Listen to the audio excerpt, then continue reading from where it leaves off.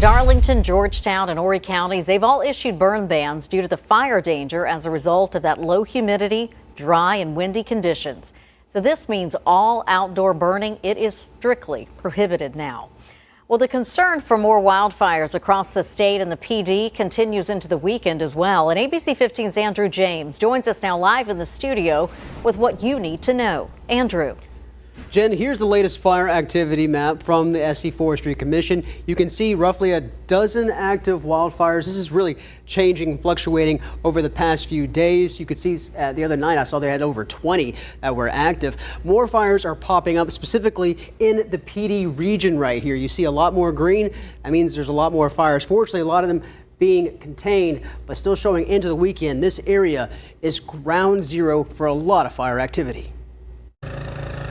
And now is the time when a fire could get out of control real quickly. The threat of wildfires has responders on alert. It's concerning that we're starting into it with this degree of fires a little earlier maybe than usual. Chief Darryl Jones and the SC Forestry Commission have already seen more than 1,000 wildfires spark across the state.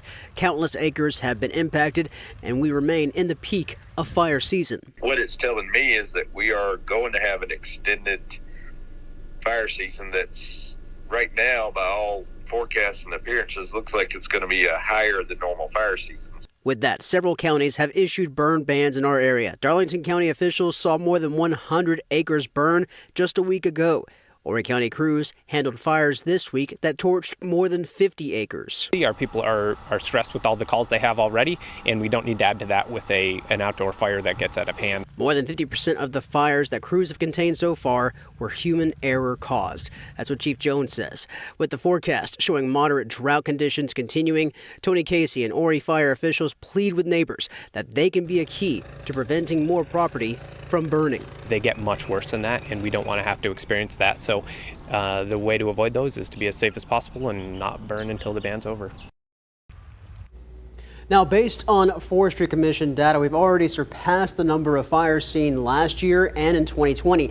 Now, this here is a map from the National Interagency Fire Center. They're predicting an above normal fire risk in South Carolina through March. And I want to switch this real quick here for what the look is for April. Also, adding in North Carolina, the Palmetto State will remain in that risk category through the month of April. Jen? Andrew, thank you.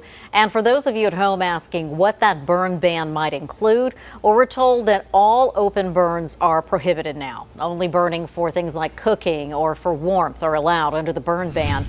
For Jeff Curtis, rehabilitating raptors at Furman University grew into a life's work with birds of prey. We had a vet that we worked with, and the students would clean enclosures and cages. I volunteered to be part of that and just loved doing it. I actually made a little bit of rudimentary falconry equipment so we could exercise some of the birds before we released them. And then I think I probably got to release a dozen or so birds. The back of the glove always goes towards my hawk. At that point, that's his signal to fly to you. They're visual creatures. This bird can see a mouse 3 football fields away. And raise your glove. Sam! Just like that. Beautiful. So gentle. Yeah. For Sam Bristow, the passion for falconry began Raise it up. Come, Sam. on an outing with Jeff. Oh, how cool. How many people get to do that? To have a bird of prey on their arm is incredible. Glove down by your pant leg and then left shoulder towards Sam, and he's back over this way. So rotate your body round. All of us start out as an apprentice falconer, and we work with another falconer. So in the beginning, there's so much to learn about the art of falconry, hunting with a bird of prey, which is something I'd never done. Raise it up. Okay. Come, Sam. Falconry is actually hunting with birds of prey. When she and I hunt, we don't take out a rifle or a shotgun or a bow. We take out hawks, we can use falcons, owls, and eagles, and they're the tool or the weapon that kills the prey. Once you get into it, you realize there's so many different avenues you can go. Whether you practice falconry as a hobby, or you get to take guests out to enjoy this experience, or you move to rehab or education, you could learn forever in this field. He drops the wing down, he fans the tail out, and that's communicating, back off ladies, this is my mouse. And she's an incredible falconer, so it's been and it's fun to pass it on to somebody. Well, I'm going to work with Jeff as long as he'll have me around. And I just want to keep learning and working with different types of birds, and it is fun to share this experience with other people and maybe spark an interest in somebody else.